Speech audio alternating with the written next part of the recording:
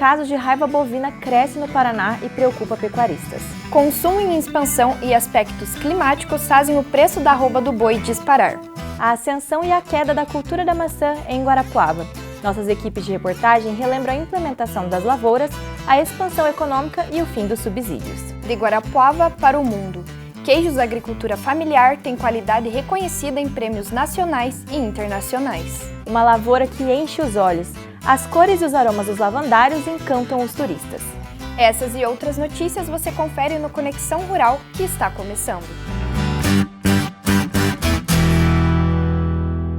A arroba do boi fechou o dia de ontem cotada a R$ 340 aqui no Paraná. R$ 2 abaixo do valor mais alto do ano registrado em novembro. O preço é o maior da história e, na comparação com o valor médio do ano passado, que foi R$ 255, a valorização foi de mais de 30%. O repórter Vitor Guimarães conta pra gente os fatores por trás dessa valorização. Uma área assim, com pastagem e gado engordando, já foi bastante comum.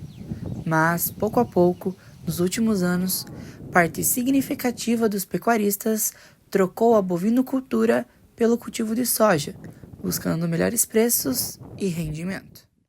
O que tem acontecido é que, como principalmente a agricultura, principalmente soja, estava com preço relativamente interessante nos últimos anos, o produtor migrou da bovinocultura de corte ou de leite para a soja. Com isso, diminuindo a oferta, quer seja de bezerros, quer seja de matrizes, há uma escassez, a oferta diminui. Menor oferta que não foi acompanhada por uma diminuição na procura. Pelo contrário, os mercados, tanto externo quanto interno, estão aquecidos. No Brasil, a recuperação da economia tem favorecido o consumo. A menor taxa de desemprego da série histórica e a queda do número de pessoas em situação de pobreza extrema têm possibilitado que mais pessoas consumam carne. E a gente aqui no Brasil está vivendo uma situação de desemprego muito baixo, né? Então tem cada vez mais pessoas com mais renda, né? Então isso aquece o mercado de carne bovina. Então se aquece o mercado, tem demanda, o preço tende a subir. Já para o mercado internacional, a compra de carne brasileira tem valido muito a pena em virtude da desvalorização do real frente ao dólar. Outro fator decisivo para a oferta e, consequentemente, para a formação do preço é o clima. O final do inverno e o começo da primavera foram de seca em muitas regiões. Sem chuva, as pastagens não cresceram, a comida para o gado ficou restrita e, com isso, os animais não alcançaram o peso desejado no período esperado. Tem a pastagem ali, que é o alimento, né, o insumo, vai ter menos gado, né? A grande questão é que as empresas não estão conseguindo recompor a matriz dela, né? As escalas de abate, na verdade. Então, tem cada vez menos boi chegando nos frigoríficos, né? Isso tem gerado pressão sobre os pecuaristas. Eles enfrentam um mercado de preços mais elevados, mas sem oferta necessária de animais prontos para o abate. O resultado disso é um cenário de preços altos, mas também de custos crescentes. Uma alternativa para suprir a falta de gado pronto para o abate é o confinamento, que acelera o processo de engorda, mas custa mais para o pecuarista. E o que está mostrando agora é que com os preços mais remuneradores, teve uma intensidade de aumento de confinamento, de intenção de confinamento, pensando para entregar animais a partir de janeiro e fevereiro.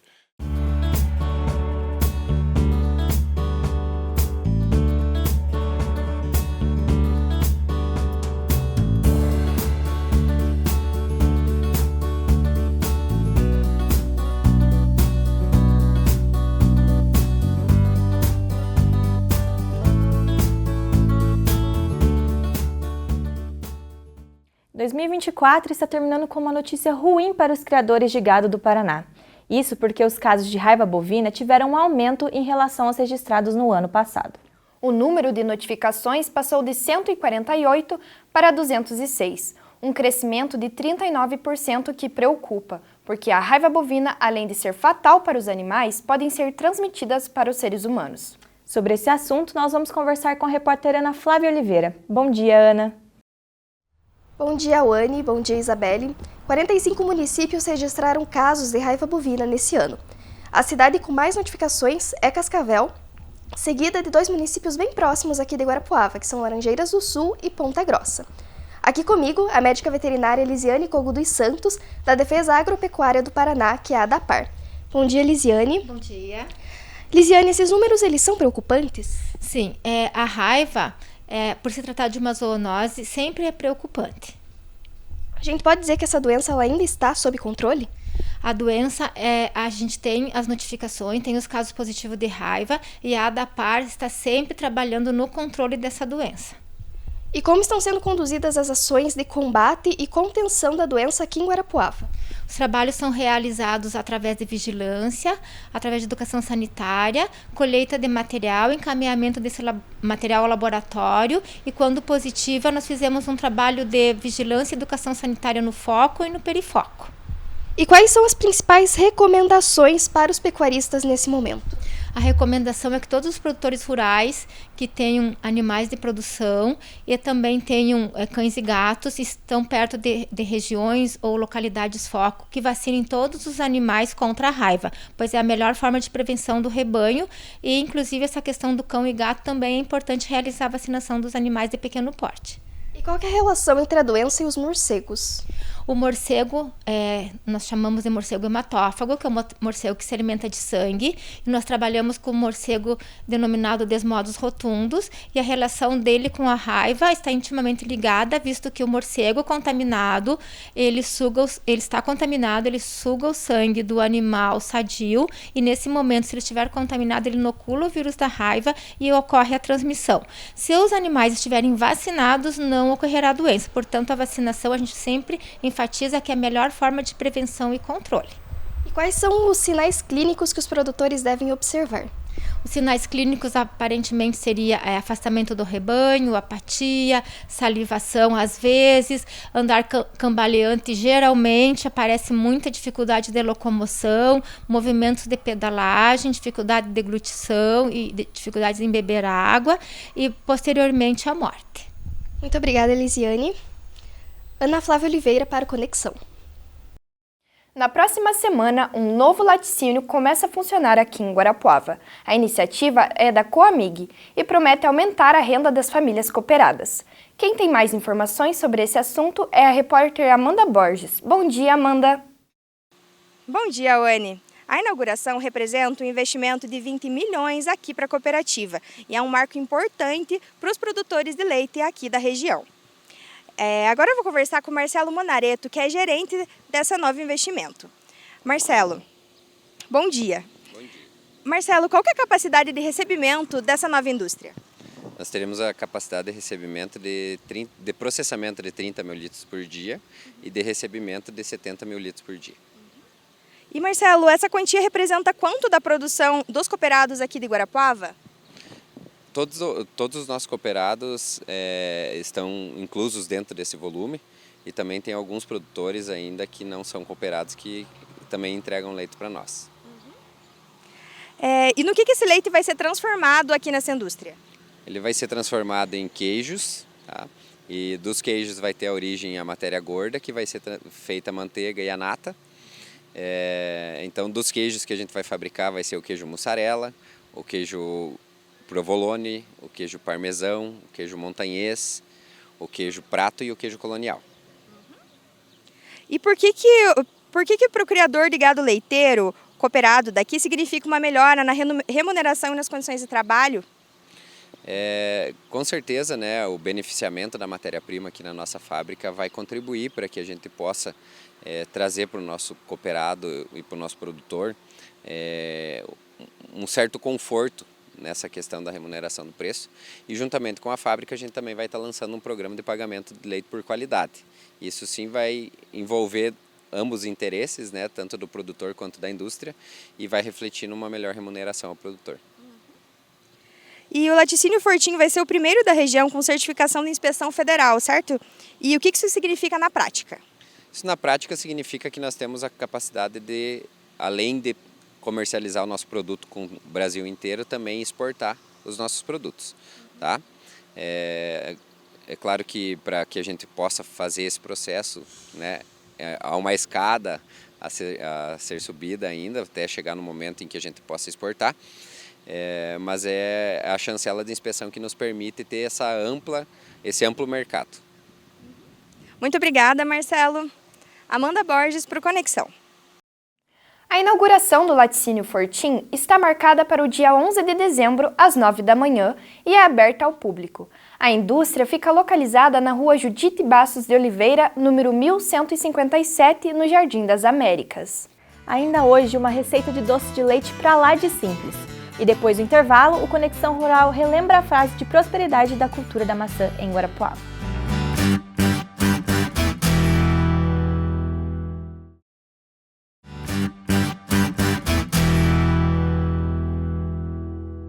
Guarapuava é conhecida nacionalmente como a maior produtora de cevada do país e uma das maiores de batata inglesa. Para além delas, várias outras culturas impulsionam o setor agrícola do município. Em outros tempos, a cidade já foi, por exemplo, referência na produção de maçã. O plantio da fruta era tão popular que tinha até uma festa para comemorar.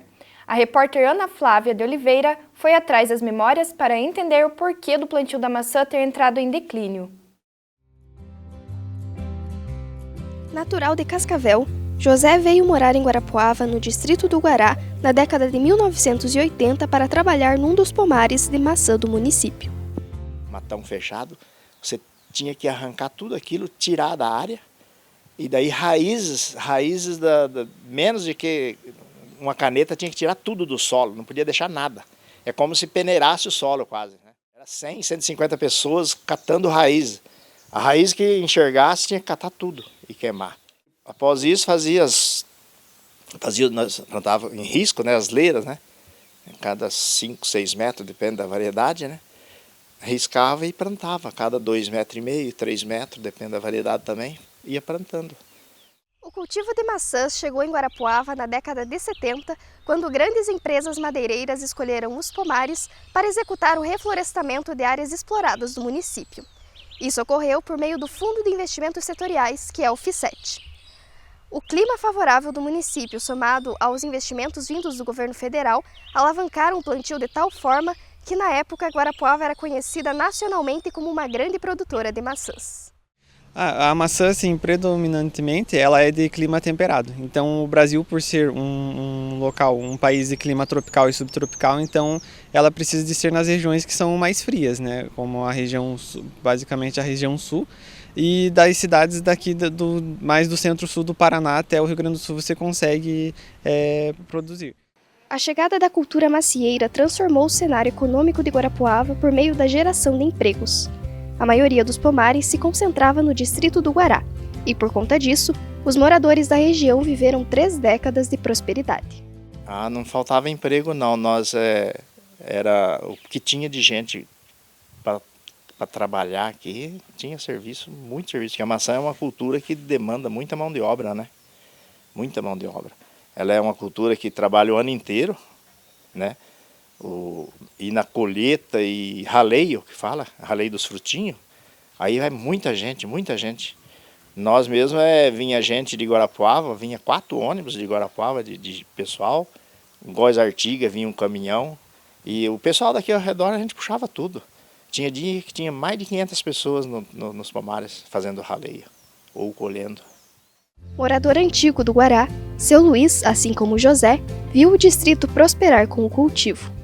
Aqui a geração de emprego foi grande, né? O desenvolvimento econômico, a estruturação da sede do distrito. Nessa época surgiram 2 conjuntos habitacionais dentro da sede do distrito. A infraestrutura, a logística de transporte, a logística de estradas, tudo isso desenvolveu, né?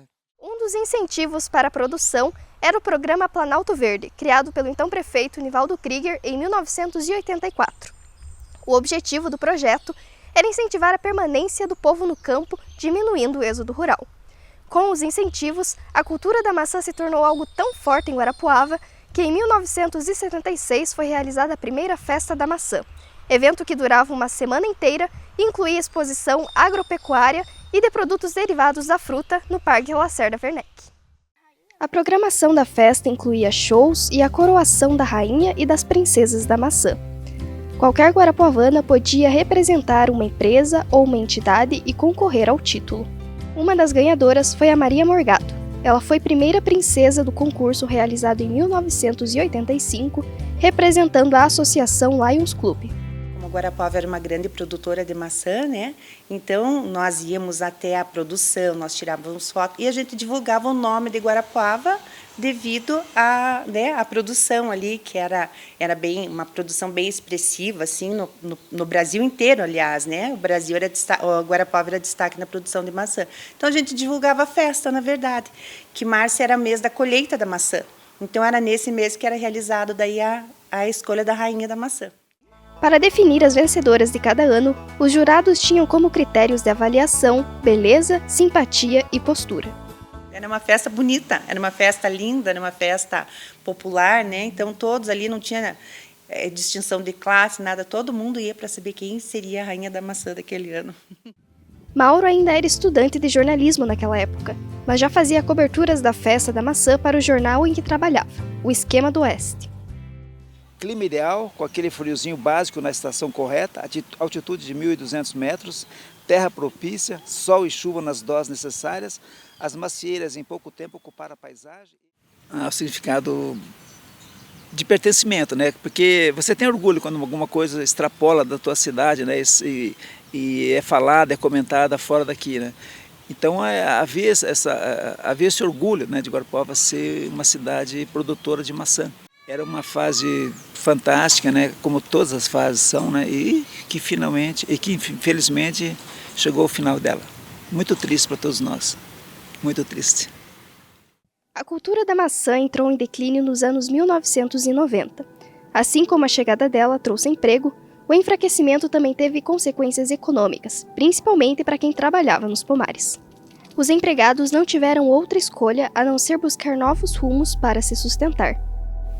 Só na fazenda que trabalhei mesmo, tinha 132 pessoas registradas que moravam, né?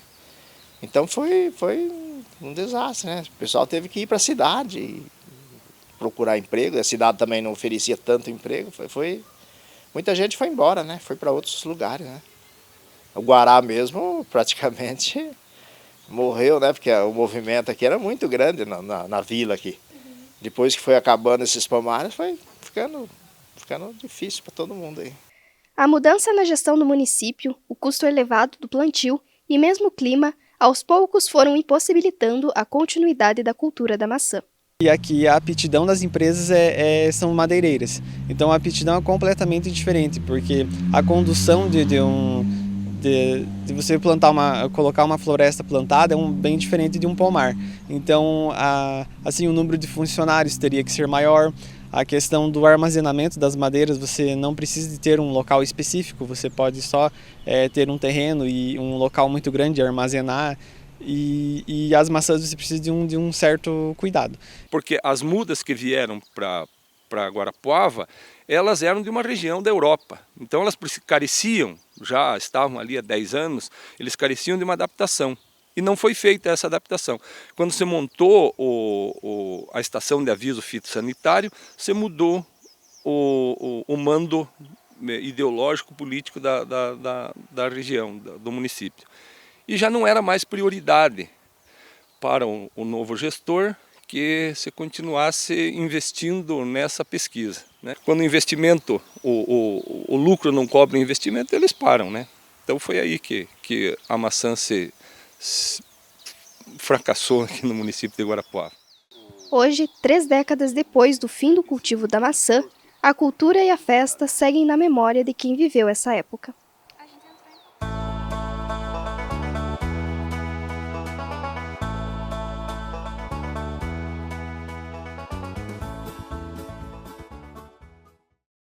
O Sindicato Rural de Guarapuava, em parceria com o Senar, que é o Serviço Nacional de Aprendizagem Rural, está promovendo cursos gratuitos para produtores, trabalhadores rurais e jovens aprendizes nesse mês de dezembro. A iniciativa visa qualificar o público rural da região. Confira algumas vagas. O curso Tratorista Agrícola, Operação de Tratores e Implementos, tem 2 ofertas. Uma de segunda a sábado na empresa Santa Maria Papel e Celulose e outra de terça a domingo na fazenda Curucaca, em Entre Rios. Já entre os dias 9 e 11 de dezembro, na sede do Sindicato Rural de Guarapuava, o curso ofertado é Segurança no Trabalho em Espaços Confinados, Equipe de Emergência e Salvamento. Outro curso oferecido é o de Agricultura de Precisão com operação de drones, para trabalhadores volantes na agricultura. Ele ocorre do dia 11 ao dia 13 de dezembro, no Cantinho da Família, na comunidade Saltinho. As inscrições são gratuitas e podem ser feitas pelo telefone. O número é 3623-1115. Já estão abertas as inscrições para os produtores interessados em participar da Rota Uva e Vinho Paraná. A iniciativa quer conectar as propriedades produtoras do estado com o objetivo de promover o Paraná como um destino de enoturismo. O cadastro pode ser feito nas unidades municipais do Instituto de Desenvolvimento Rural do Paraná, o IDR. Para integrar o projeto, é necessário estar registrado no Cadastro de Produtores Rurais, possuir ao menos um produto elaborado com uvas e cumprir os requisitos legais, como os registros do Ministério da Agricultura e Vigilância Sanitária. Olá, bom dia para você. Vamos agora de previsão do tempo para os próximos dias. Uma frente fria está se formando ao longo dessa sexta-feira no Rio Grande do Sul. Já aqui no Paraná, o clima deve ficar bastante abafado, com máxima de 25 graus em Guarapuava. Com isso, as condições são ideais para que ocorram pancadas de chuva acompanhadas de raios, sobretudo a partir do fim da tarde. Já amanhã, o eixo da frente fria avança pelo Paraná, elevando a possibilidade de tempestade, ou seja, chuva forte em grande quantidade, raios e muito vento. No centro-sul e no sudoeste, o volume de chuvas pode ser muito alto. Aqui em Guarapuava também deve chover forte, com precipitação acumulada de 75 milímetros. As temperaturas quase não variam, mínima de 19 e máxima de 21 graus. As temperaturas se mantêm amenas e o tempo permanece chuvoso no início da próxima semana.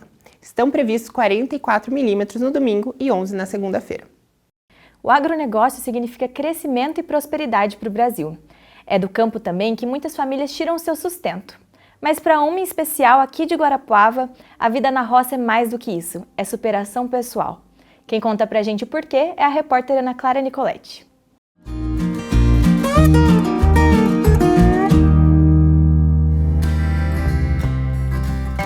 Sempre eu me identifiquei assim com a área rural, sabe? Quando adolescente eu gostava de plantar no quintal lá da mãe, gostava de criar galinha, sempre gostei, era um sonho. E até que, enfim, numa altura lá da nossa vida, nós conseguimos realizar esse sonho. O Márcio e a esposa dele, a Cirlei, moram e tiram o próprio sustento do que produzem no sítio São Mateus, que fica no distrito Guaracá. A forma de sustento que o casal encontrou para se manter aqui no sítio foi produzir queijo e bolacha. Essa produção começa no ordenho da vaca e termina aqui dentro de casa. Por exemplo, do queijo, o Márcio tira o leite, né? Eu coo e faço todo aquele processo do queijo, né? Eu que faço o queijo, daí eu deixo curar e depois a gente vende. E na bolacha a gente faz junto. Que ele põe a massa na máquina, né? E eu vou passando ali, vou colocando as bandejas, né? Separando as bandejas e depois a gente coloca para assar. Toda a produção mensal, 20 quilos de queijo e outros 20 de bolacha, é vendido ao programa Feira Solidária, da Prefeitura de Guarapuava, que compra os alimentos para incrementar a merenda escolar do município. Nos próximos anos, a produção e também a renda deve aumentar. Isso porque plantaram pés de erva mate e a primeira colheita deve ocorrer em 5 anos. Enquanto isso, seguem cuidando dos animais e da horta. Esse contato direto com a natureza, né? O convívio diário com os animais também é muito bom, né? E o ar, né, do sítio é outra coisa, né? Para Márcio, morar em meio à natureza tem um significado ainda mais especial. Isso porque ele tem problemas de visão desde que nasceu. Ficou cego há 12 anos, 5 anos depois de mudar para cá. Desde então, os cheiros e os sons do sítio enriquecem e dão mais sentido à existência dele. A partir daí, foi uma questão de tempo até a perda total da visão. Nesse processo, a rotina do sítio foi fundamental para a readaptação. Não, eu nasci com baixa visão, sabe? Nasci com catarata. E na adolescência, eu passei por uma cirurgia que foi retirada a catarata. Mas isso foi nos anos 80, né? Então, naquela época, foi retirado a catarata e saiu junto o cristalino, né? Fui naturalmente me adequando à minha nova vida, sabe? Sim. Fui aprendendo de novo, continuei com meus afazeres, a manejar meus animais, manusear as ferramentas que eu usava. Afazeres rotineiros que Márcio executa com total independência. Todo dia ele alimenta as galinhas, os cabritos, os bezerros e a única vaca que ele apelidou carinhosamente de Mel. Os cabritos, quando verem, a gente começa a berrar, os cachorros começam a latir, né? E aí a gente vai acomodando esses, e aí passamos a tratar as vacas, e daí já vai para a ordenha, daí aparta os terneiros, e assim vai seguindo a rotina. A seguir, no quadro Sabores da Minha Terra, uma receita de doce de leite que tem encantado gerações. E tem mais, cores e aromas para encher o coração e o bolso. Guarapuava está no Circuito Paranaense de Lavandários.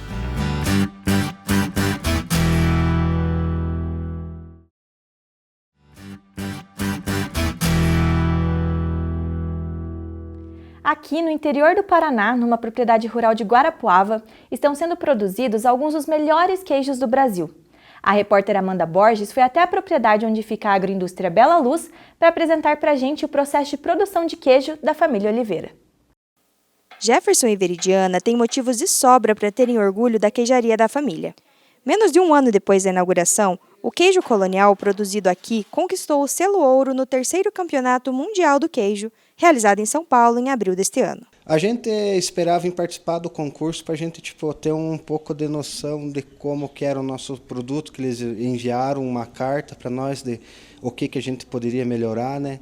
Então, a gente não esperava uma medalha já de ouro, né? Não, até o máximo um bronze ali, a gente esperava, mas ouro, a gente ficou muito feliz. Em outro concurso nacional, o queijo ao vinho produzido pelo casal de agricultores guarapuavano recebeu o selo prata. Aqui o queijo colonial com o concurso mundial ganhou selo ouro, e aqui o queijo colonial ao vinho, selo prata no concurso nacional. Até começar a produzir queijos, a família vivia só da venda do leite. O trabalho duro, porém, não estava sendo suficiente para pagar todas as despesas. Daí a gente fez os cálculos, viu que os queijos com certeza seriam uma renda melhor que o leite, né? E até eu trabalhava fora para complementar a renda do leite, então agora eu trabalho só aqui na propriedade. E trabalho é o que não falta. E aqui a produção começa bem cedo, às 5 da manhã com a ordenha. Assim que a Veridiana e o Jefferson tiram o leite das vacas, os trabalhos continuam até o início da tarde, com a pasteurização, resfriamento, enforme, entre outras etapas completamente artesanais. Porque se eu parar a produção, eu tenho que fazer a ordenha das vacas. E daí, se eu fizer a ordenha das vacas, vai acumular demais aqui dentro. Então a gente opta em fazer todos os dias a produção. E o trabalho envolve toda a família Oliveira. Eu, a minha esposa, a minha sogra e tem mais a minha cunhada que mora com nós. Daí ela cuida na parte das roupas, limpeza da casa, almoço para nós, né? Mas nós estamos em 4 aqui trabalhando na agroindústria. Josane é médica veterinária. Ela é quem garante que todos os queijos produzidos na Bela Luz atendam às exigências sanitárias para comercialização. Os produtores têm um pouco de dificuldade na hora de vender os seus produtos por conta deles estarem embalados a vácuo. Algumas pessoas acham que a embalagem a vácuo não simboliza um produto da agricultura familiar. Então, o que a gente quer frisar bastante é que a embalagem a vácuo, ela mantém tempo de prateleira, ela deixa o produto visualmente mais bonito e é uma segurança para o consumidor. É assim, com muito cuidado, dedicação e paixão, que os queijos produzidos no interior de Guarapuava estão ganhando os paladares do Brasil e do mundo. E não é para menos.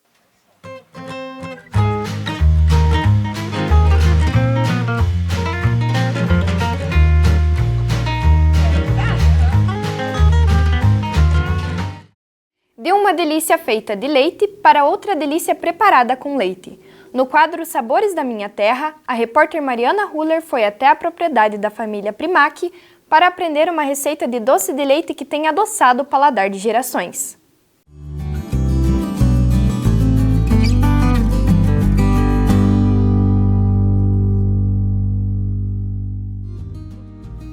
Um pedaço de terra com as lembranças de uma família passada de geração em geração. O primeiro dono, Pedro Primac, manteve o sítio como um lar para os filhos, netos e bisnetos. Nossa guia por aqui foi a Melissa, que é a bisneta dele. Nós estamos cuidando aqui da chácara desde 2020, que foi a época que a gente viu que estava muito largado, foi a época que meu avô morreu. E meu pai tem um carinho muito grande por essa chácara. Esse paraíso fica localizado na bacia do rio Guabiroba, um rio cheio de memórias para a Melissa, afinal, era aqui que ela brincava com as irmãs quando criança. Melissa faz questão de apresentar pra gente cada cantinho. Nossa, que geladinho! Mas o motivo para estarmos aqui é outro. É aprender uma receita que, depois de anos esquecida, foi recuperada como lembrança do avô. Gosto muito de doce de leite, meu bisavô gostava muito de doce de leite, meu pai gosta muito de doce de leite. Eu fui pesquisar para fazer. E aí comecei a fazer e aprendi, é muito simples, fácil e gostoso demais. E aqui, na cozinha do sítio, a Melissa vai ensinar pra gente como fazer doce de leite ao corte, uma receita especial e que une toda a família. O fogão também tem história. Ele foi comprado pelo avô de Melissa na beira da estrada em Prudentópolis. A família acredita ser da década de 60 e está conservado até hoje. Então vamos lá, Mel. Explica pra gente o que precisa pra gente fazer esse doce de leite. Tá, a gente vai precisar de 3 xícaras de açúcar, 2 de leite em pó e meia xícara de água para fazer. Primeiro, vamos adicionar todos os ingredientes secos na panela e misturar até formar uma farinha.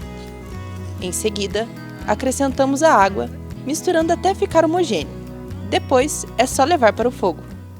Você vai mexer, você vai ficar mexendo até dar o ponto. Agora ele tá branquinho, mas daqui um pouquinho ele já vai estar marronzinho, douradinho. O ponto do doce é simples. Quando ele estiver com essa cor dourada, puxando para o marrom e desgrudando da panela, ele está pronto. Aí é só despejar em uma superfície que não grude, esticar a massa e cortar em quadradinhos, assim como a Melissa está fazendo. Para acompanhar, a família Primac dá a dica. Um cafezinho fresco é a combinação perfeita.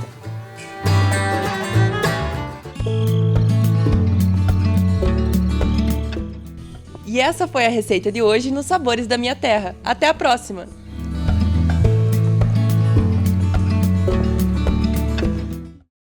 As paisagens das regiões Centro-Oeste e Centro-Sul do Paraná estão se transformando. Isso porque pequenos produtores rurais estão apostando no cultivo de uma planta que garante renda ao mesmo tempo em que enche os olhos e as narinas. Os lavandários atraem os turistas pela beleza e pelo aroma. A repórter Mariana Huller foi conhecer um deles, o Sítio 6M, aqui em Guarapuava. Uma imagem que parece de filme. Mas essa paisagem não é de nenhum país da Europa. Esse campo de lavanda está bem aqui pertinho, no distrito do Guaracá. A dona Mara deu início ao cultivo de lavanda há apenas 2 anos. A opção pela planta uniu o útil ao agradável. Isso porque, além de um grande potencial econômico, a lavanda é bonita e cheirosa. Eu venho de manhã, às vezes, 6h30, paro às 10 por causa do sol, mas é uma coisa que você não cansa. E por causa do cheiro dela, a gente bate com a enxada, ele te dá uma calmaria. Então não é ficção, não é nada que a lavanda calma, porque isso é real. O lavandário se tornou uma forma de unir turismo rural e produção agrícola, trazendo novos horizontes para a economia rural de Guarapuava. Os turistas que vão para o estado de São Francisco, geralmente eles param. Com 2.500 mudas plantadas, o lavandário virou ponto turístico e faz parte da Rota das Lavandas, um circuito que une 6 municípios e já atraiu mais de 150 mil turistas nos últimos 2 anos. Eu achei tudo maravilhoso. A paisagem, o cheiro, basicamente traz uma paz incrível. Eu recomendo para todo mundo vir aqui. Os campos de lavanda do Sítio 6M têm sido o cenário perfeito para casais em busca de ensaios fotográficos cheios de romance e de charme.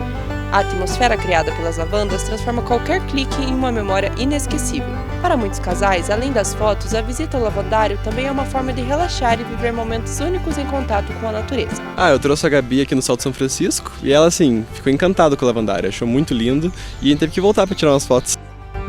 Cada visitante que chega aqui é recebido com hospitalidade e carinho. Dona Mara faz questão de dar boas-vindas pessoalmente, compartilhando histórias sobre o lavandário e a vida no campo. O turismo, porém, não é a única fonte de renda do sítio. Depois da colheita, a lavanda pode ser transformada em óleos essenciais. Logo na primeira safra, o lavandário 6M produziu 625 quilos da planta e 650 frascos de óleo puro, sem adição de nenhum outro produto, que também pode ser comprado durante a visita do sítio.